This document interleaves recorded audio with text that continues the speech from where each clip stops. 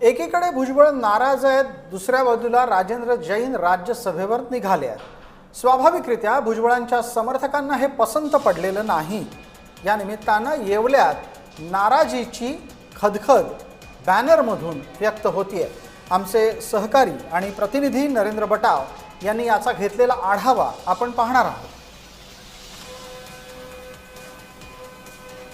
मंत्री छगन भुजबळ राज्यसभेवर जातील या चर्चांना मोठं उधाण आलं होतं। मात्र अखेरीस राजेंद्र जैन यांना उमेदवारी राज्यसभेची मिळाली आहे। मात्र याच पार्श्वभूमीवर येवला शहरातील विंचूर चौफुली येथे एका बॅनरची सध्या चर्चा रंगू लागली आहे।